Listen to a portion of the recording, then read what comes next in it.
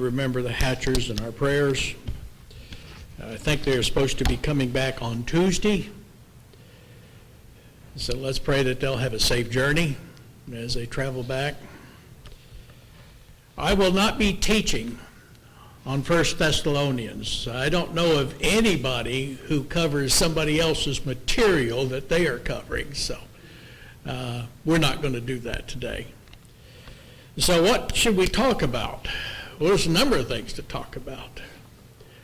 I started a work-up a lesson this past week on apologetics, and I think we all understand what apologetics are. It comes from that Greek word apologia, and it's giving a defense of what we believe in.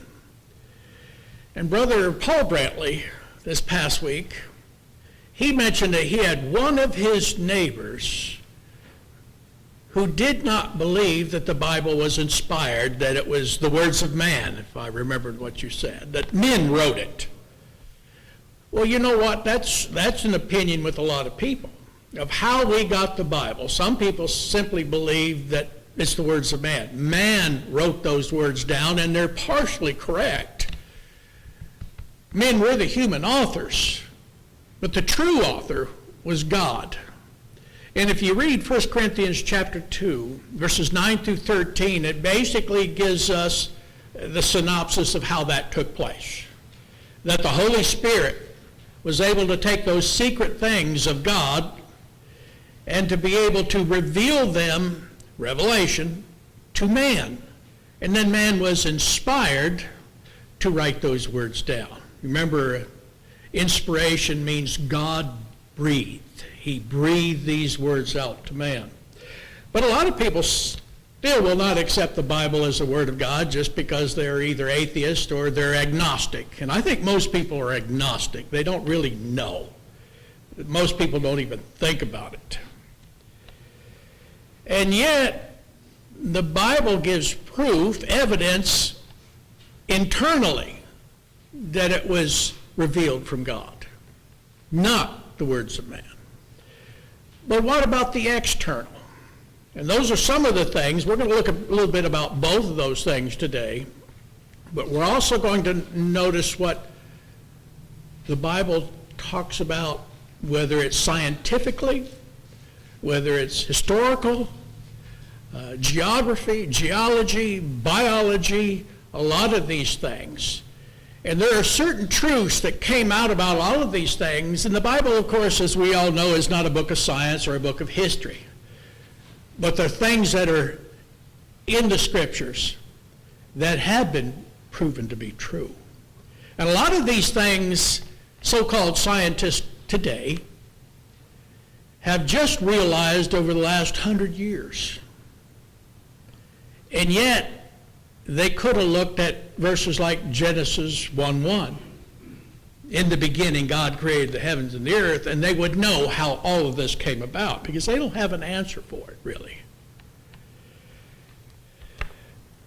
Henry Morris was a co-author of the Genesis flood, that book, but he wrote a number of other books. He was a creationist at heart.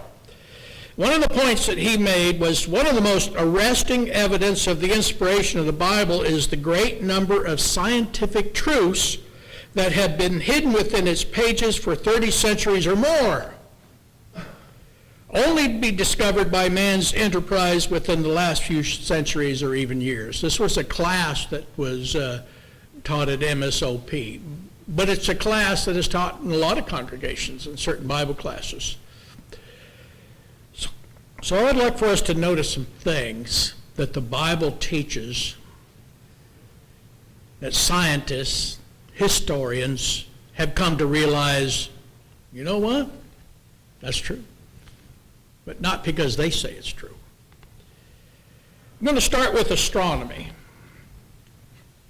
And I'd like for us to notice Isaiah chapter 40 and verse 22. Now this is a class. So any comments, just speak up. Any disagreements, you'll have to see the elders after the class. That's what they get paid for. They get to do the heavy lifting. I just start troubles. Yes, sir. See Isaiah 40:22? Yes, sir. Now I'm using the King James. It states, "It is he that sitteth upon the circle of the earth, and the inhabitants thereof are as grasshoppers, that stretcheth out the heavens as a curtain, and spreadeth them out as a tent to dwell in." Now Isaiah lived around 745 to 695 BC. Somebody else will maybe say, well, those dates are off just a little bit, but approximately. In other words, a long time ago. Well, let's do an analysis of this word. The Hebrew word for circle is chug. C-H-U-G is how we would write it. Chug. And that word in the Hebrew means roundness. It means a sphere. It means a circle. Well, what's the science behind all of this? Well, it actually came about not so long ago, compared to some of these scientists.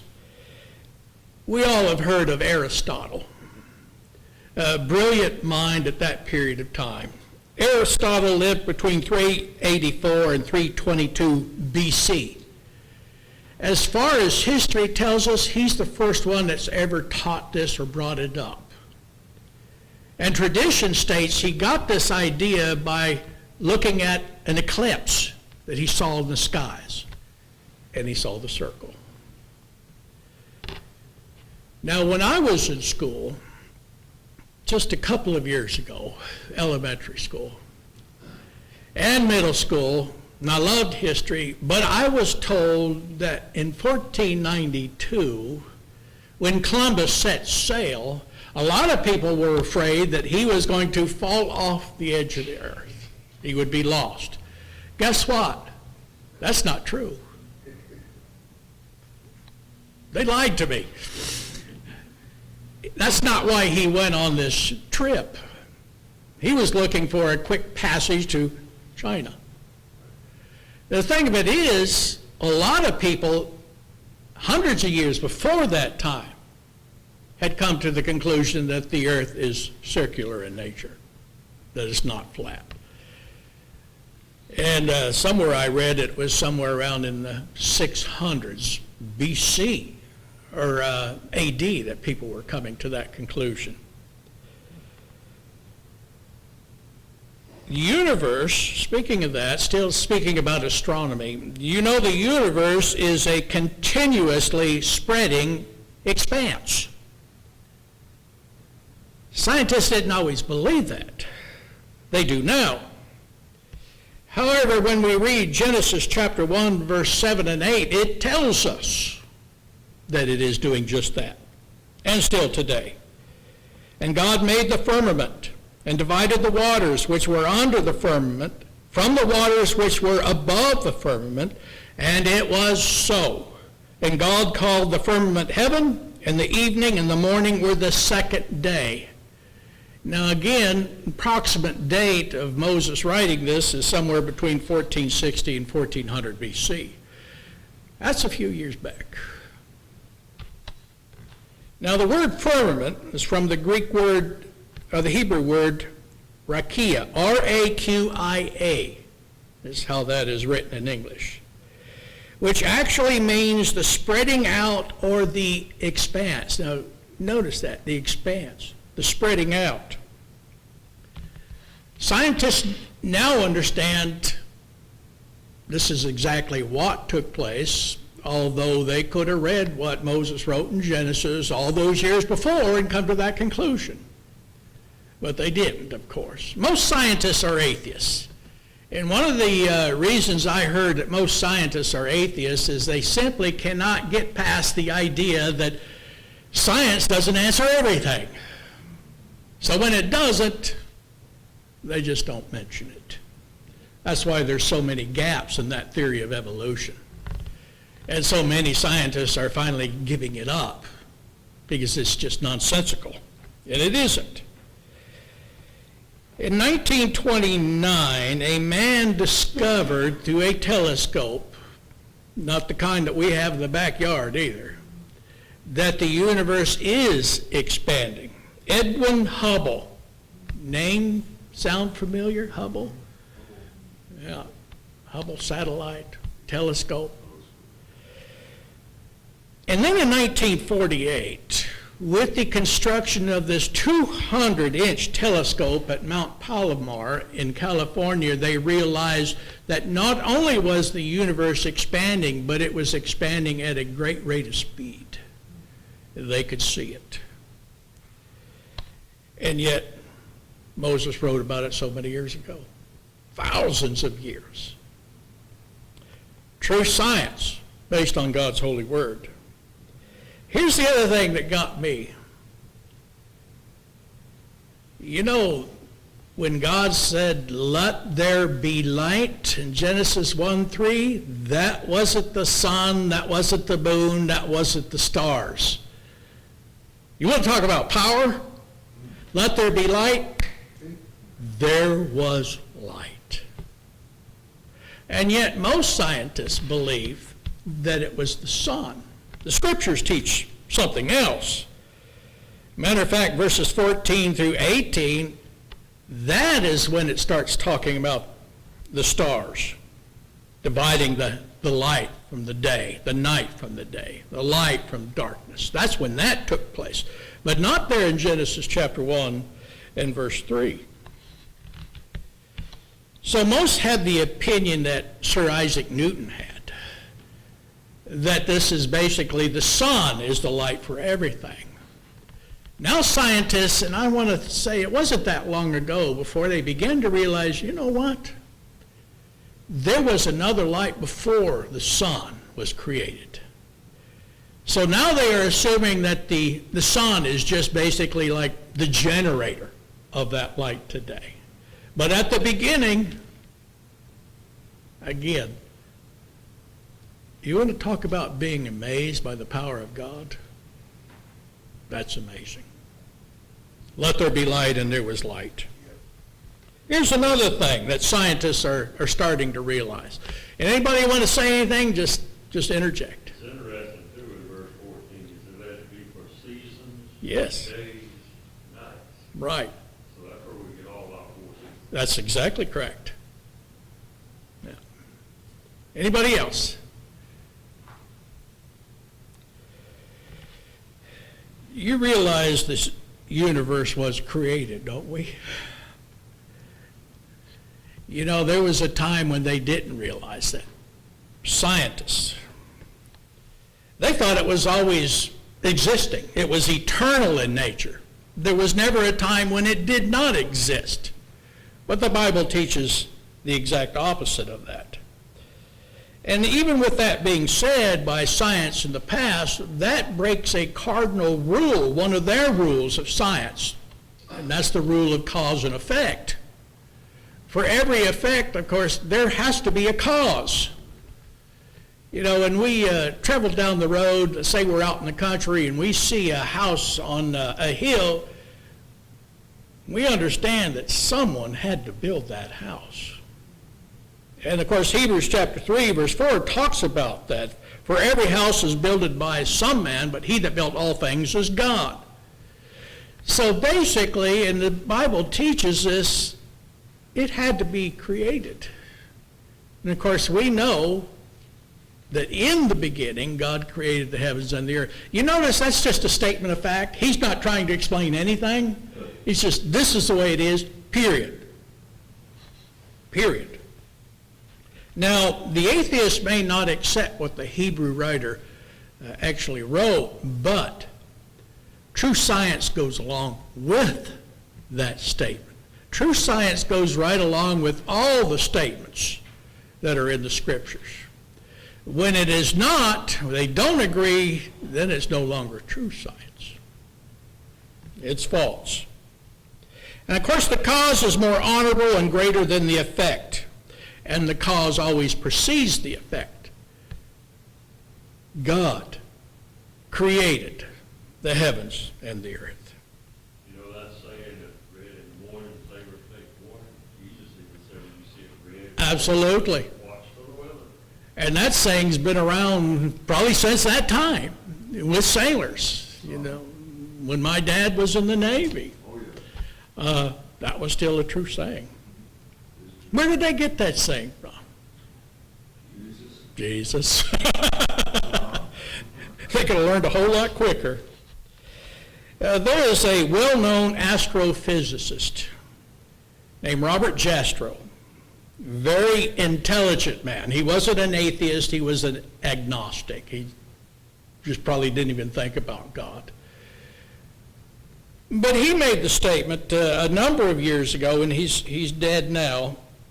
He stated that the universe, they came to realize that it did not always exist. How about that? It didn't always exist. So he stated that it began abruptly in a blinding event that defies scientific explanation. Well, they didn't have an explanation for it, but we know in Genesis chapter 1, there's the explanation for it. And he referred to it as that Big Bang Theory. Now, this is not the television show. Have you ever tried to get one of them to explain what this is or what it was and how it... They have no clue. And even Jasper was honest about it. They don't know how it took place. They really don't. But we do, according to God's holy word. So he mentioned that science has no answer for it. But he also claimed this, and I thought this was very interesting, that when scientists went to this belief of the Big Bang, that there had to be a creator, they just don't know who or what, that they basically painted themselves in a corner. Because when they went to this belief, really what it means, cause and effect, there had to be a cause. There had to be something or someone behind it to create this Big Bang, the universe, in other words. And it seems to come along in Robert Jastrow's mind toward the end of his life, as he was getting older. He held a belief that the beginning of the universe, there had to be a creator. You remember the debate that our brother had with Anthony Flew, a devout atheist at the time. Anthony Flew, toward the end of his life, came to that same conclusion. Evolution could not be right. Well, true science proves that. But there had to be a creator. Now, he didn't know at the end who that creator was, but he does now. I'll mention a few things about oceanography. There was a gentleman who lived back in the 1800s. His name was Matthew Fontaine Maury, not Maury. However, he was a naval officer. He was a hydrographer. You might be able to say that better than I can. He goes down in history basically as the father of oceanography. Now, what made him really want to find out what a certain thing meant about, well, let's just mention Psalm 8, verse 8. Depending upon who you read, either he was reading it, he was sick, or his wife was reading it to him, but it doesn't really matter. But here he is bedridden. He was a believer in God. Most people were back then. But he was read Psalm 8, verse 8. And that reads, the fowl of the air, and the fish of the sea, and whatsoever passeth through the paths of the sea. There are passages through the ocean. Of course, we know that now. But up to that period of time, people really hadn't thought about it, I guess.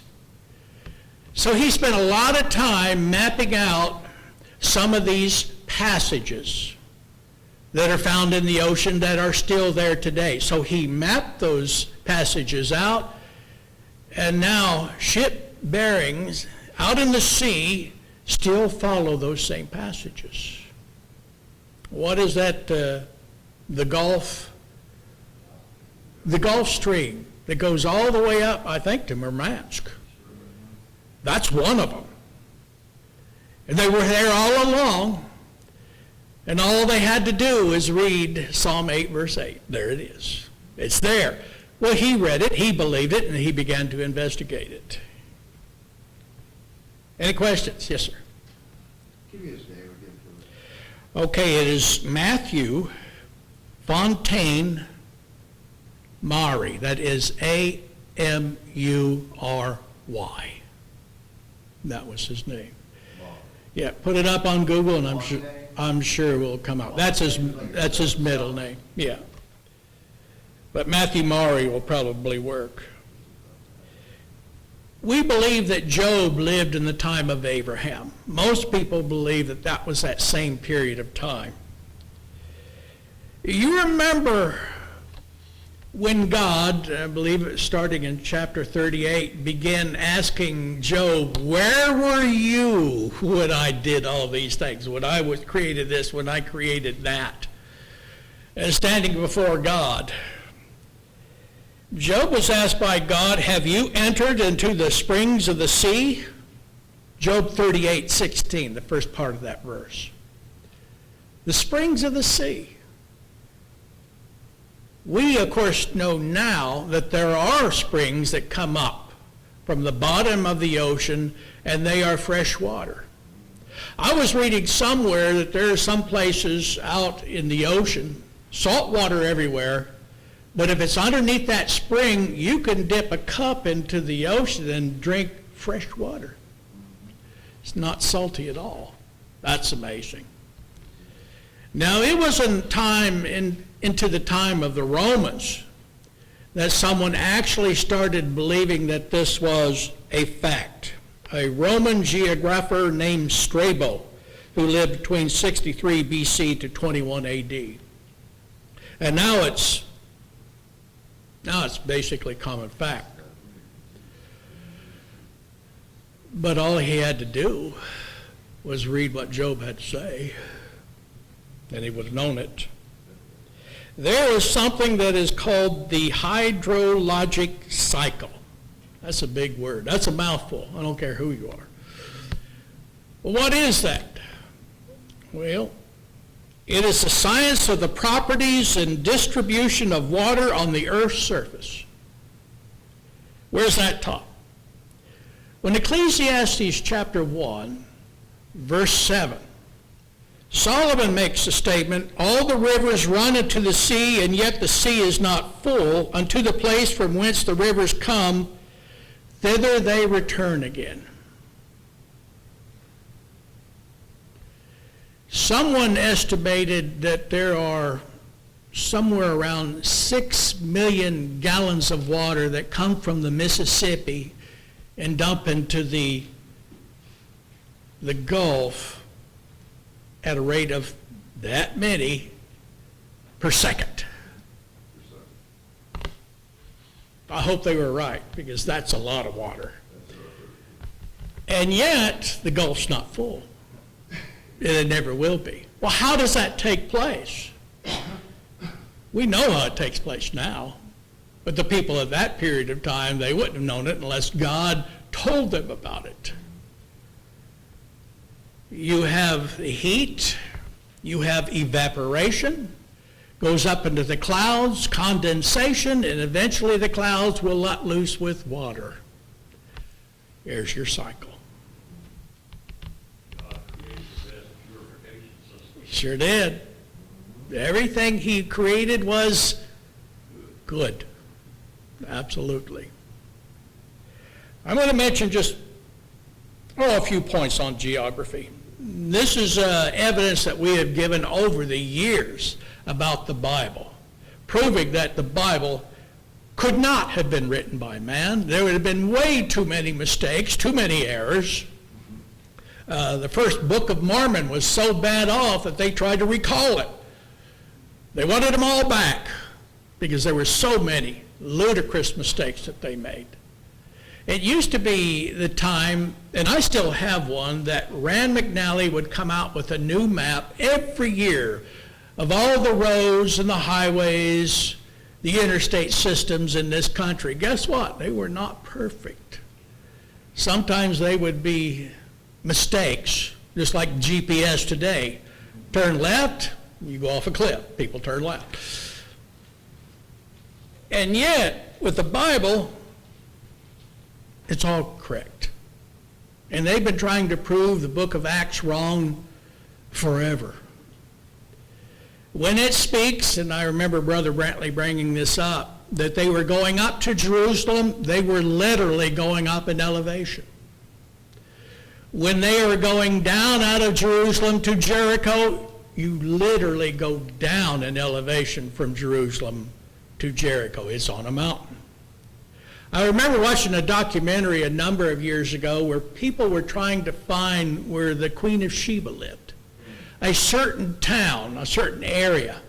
The problem is there was nothing in history at all to point out where it was. It was so long ago. Guess where they turned to? The Bible. These weren't Bible believers. But they did have enough faith to understand that the Bible had never been proven wrong when it comes to archaeology. And plenty of people tried to do that. So they did that.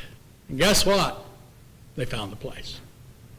But only because of God's holy word. Now I found this interesting. Luke. Now he was the human writer of the book of Acts. Do you realize that he mentions 32 countries, 54 cities, 9 Mediterranean islands, 95 people, and by name he names them. He references some of the Roman leaders, Augustus, Tiberius, Claudius, the Herods, Felix, and Festus, and every single one is correct, even the names. And even at times he would mention their office, where people would say, there's no way that this was true, and they find through the writings of history, he was spot on. This man was a governor, or this man was a judge at that period of time in that city. Completely correct. There was a Sir William Ramsay, a very well-known, noted archaeologist, who could not believe that what Luke wrote, and you think about Paul's missionary cities and all the countries and all the cities that he went to, there's no way this could be perfect. So he literally, for a number of years, literally dug in a lot of those places. And this is what he came up with. He said, the present writer takes the view that Luke's history is unsurpassed in respect of its trustworthiness. He thought Luke was a first-rate archaeologist. And there's a number of other people, historians, archaeologists, who have said basically the same thing. Now, how could someone do that? We definitely can't do it today. It's impossible. But with God, all things are possible. But that's the only explanation that you can come to, unless you simply refuse to accept God as the inspiration of the Word of God. And that's because you just don't accept Him. That's why evolution took off. People did not want to accept God at all. Any questions? No, but I had somebody when I was on my trip trying to tell me I came from a monkey. Well, maybe he did. Yeah, that's what I said, and you did. But we didn't. Yeah. Not me. Yeah. Evolution is being proven more and more. There's no sense to it. And they talk about those of us who believe in, as creationists, that we have to take a leap of faith.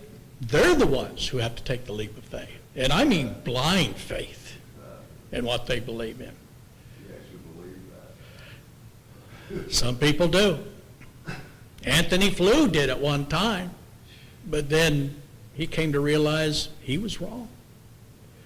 He still didn't come to the right conclusion about who created everything, but he believed that there was that cause for the effect of the earth. Excuse me. Was it Kierkegaard that came up with that complete philosophy? He may have been. Yeah, may have been. I was thinking of, what's his name that sits right there? Dale. Dale would love classes on this. Dale has done a lot of study on apologetics, proving that the Bible is the Word of God. And there's so much proof. Sooner or later, you're going to have to tell yourself, no, that's not true. Oh, no, that's not true. Oh, that's not true. And finally realize you're the one with the problem. You're not accepting the facts. We have to. Brother George, we also got a good book that why I believe the Bible. Yeah. A lot of this evidence you're bringing up. Yeah. It's, there was a lectureship on just apologetics. It came out a number of years ago. And some of this is from class material, and some of this is looking at the dates and the names of these individuals using the internet, and just try to get those dates as accurately as possible. Found this interesting about geology.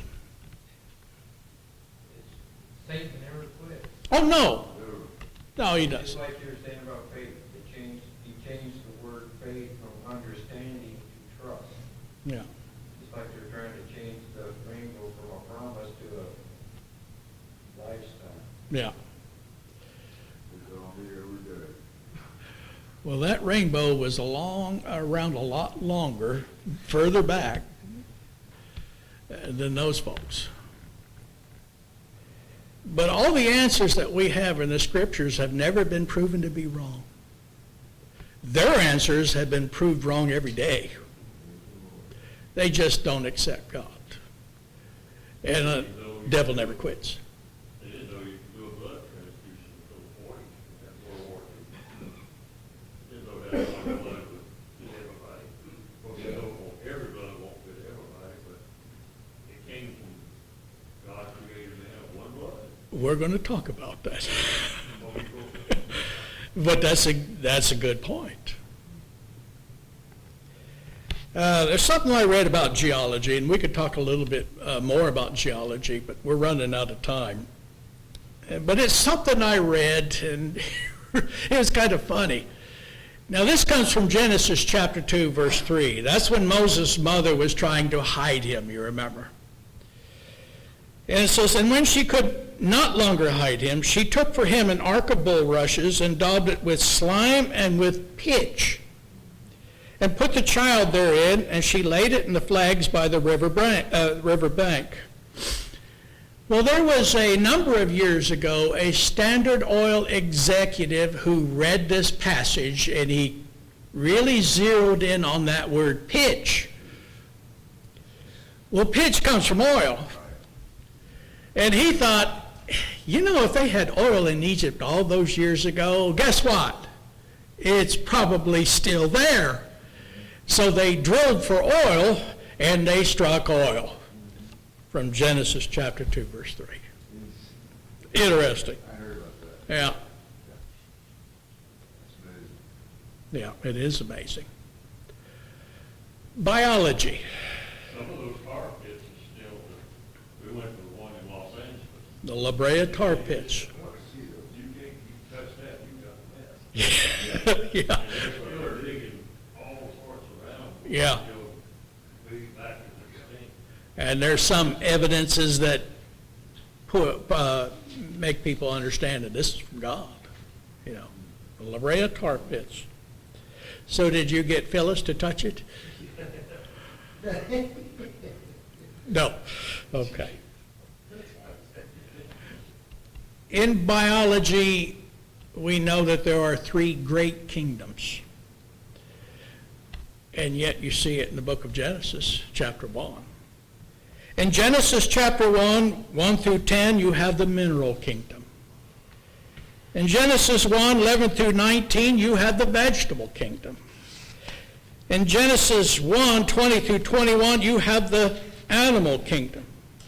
It was a Swedish botanist was the first to recognize these kingdoms back in 1735, and yet they could have read Genesis chapter 1, verse 1, 1,000 years ago, and they would have known that. As Brother Brantley was stating, mankind is of one origin. One. Basically, in a nutshell, we all had the same mom and dad, all the way back to Adam and Eve. But in Acts 17:26, it states, and hath made of one blood all nations of men for to dwell on all the face of the earth, and hath determined the times before appointed and the bounds of their habitation. This was written around AD 63. One blood of all nations. One individual in 1900, Carl Landsteiner, discovered that all human blood has one common base, plasma. We know now that all blood in every human being has that same base. Maybe the blood itself would be O positive, O negative, or things like this, but the same common base.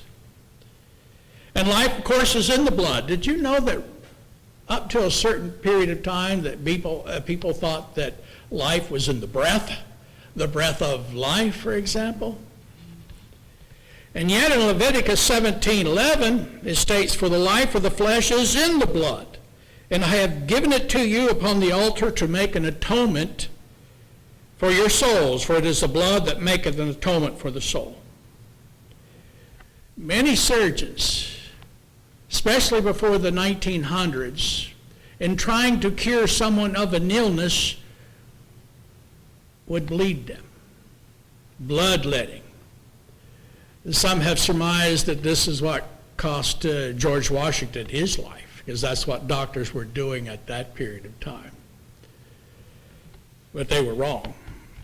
And it wasn't until the 20th century scientists discovered that the continuous life depends upon the blood in the body, basically. We could go into more detail about that, but that's the summation they've come about. He that is 8 days old shall be circumcised among you, Genesis 17:12. Why the 8th day? Now, medical doctors understand that babies, when they're first born, are susceptible to bleeding. But they have stated that they will build up the possibility, or the ability, I should say, for the blood to congeal, to clot. Vitamin K, especially around days 5 through 7, but on day 8, this is the kicker. On day 8, vitamin K is present in high quantities, more than that male will ever see in his life, that day. Why?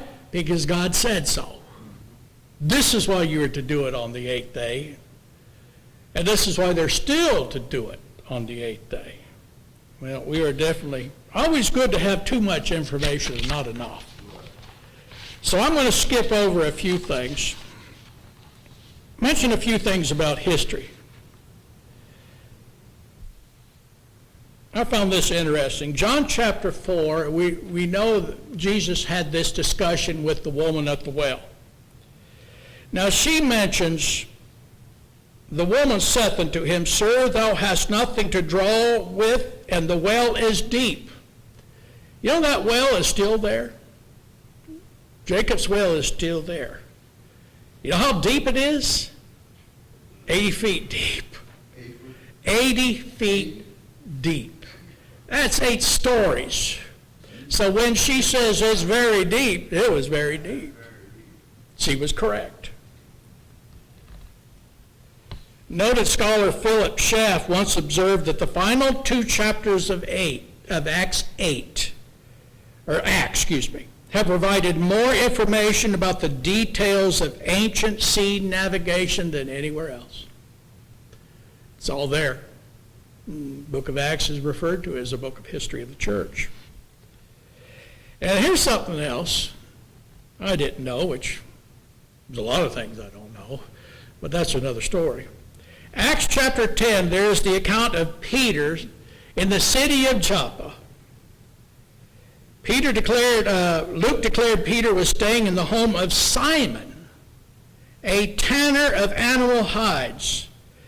Then the historian said, almost might seem like an afterthought when he stated this, whose house is by the seaside, Acts 10:6. By the seaside. I never thought about it because I didn't know how they tanned hides at that period of time. I knew my mother, how she used to tan hides, but that's another story. But historians state this is an interesting factual detail, and the person who wrote this is a person who did not believe in God. He was not a friend of Christianity. He says this is an interesting factual detail because the tanners use seawater in the process of converting hides to leather. His skins were soaked in the sea, that salt water, and then treated with lime before the hair was scraped off. So that's where a lot of the tanners lived, right along the ocean or the sea, because it made their work easier. Makes sense, doesn't it? Learn something new every day. Huh?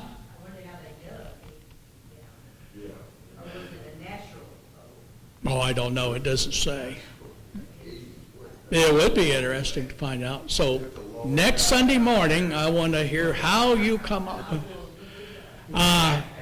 they probably dug it. They probably dug it. Yeah. Go to Butterfoot. How did they build the How did you cave in? Tower of Babel? How did they build all of those things? The pyramids. They were able to do it, but it was labor intensive. There's no doubt about it. Silver Springs is real deep. Yeah. It's still there. Well, think of some of the springs that are in the ocean, how deep they are. You can't live down there. Some fish do, but man couldn't. It would even crush some of the things that they're traveling in. Quickly. Another phenomenon is all this cold, fresh water coming out of there. If you keep going, it's going to get hot. Oh, yeah, it's going to be hot. Anything else? Before Denise rings the final bell. There it is. But I thought these would be interesting for us. And, you know, apologetics will always increase our faith. We learn new things about it. We have more respect for God's holy word. And we ought to be able to give an answer to every man that asks us of the hope that we have in us, meekness and fear. Well, here's the evidence. Thank you.